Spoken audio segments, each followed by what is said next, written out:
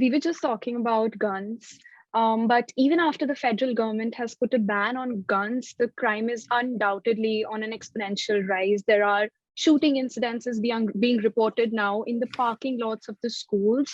Putting a ban on the guns was one solution, which seems to have not worked.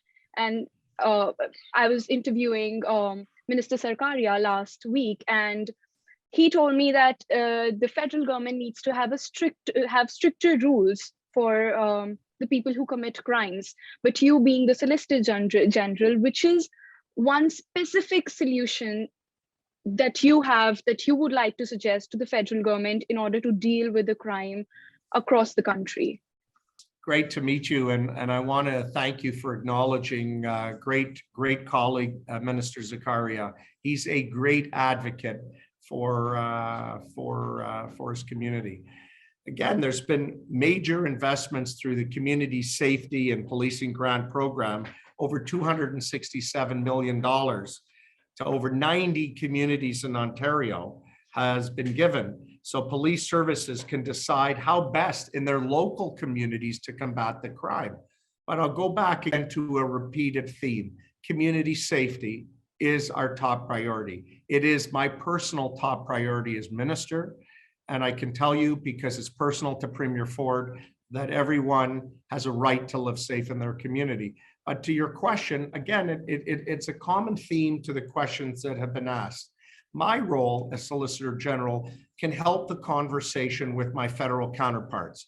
By the way, I get along very well with them. It's important that people know that, because that helps in the dialogue that you have with your federal counterparts. Minister Mendicino, who's the federal minister of public safety, his riding federally abuts my riding provincially here in Toronto. And I speak to him all the time.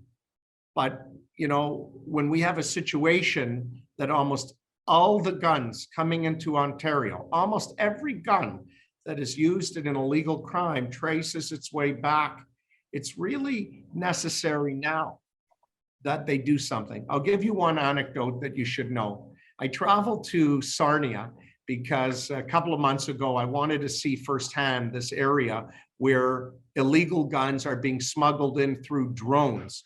So if you can believe it, the St. Clair River, just to the west of Sarnia, is quite a narrow river. I wouldn't say I'd be good enough to swim across it, but I went to the area where the drones came right over, and they showed me the exact location. It's unbelievable how the US has very heavy surveillance towers on their side of the border, and Canada has almost no surveillance on our side. It showcases what I've been advocating very strongly, that the federal government has to step up, acknowledging that Ontario has enormous amounts of land border crossings, but it also has a large area of unprotected crossings. So I think you've asked a great question, and I hope I've given you a great answer.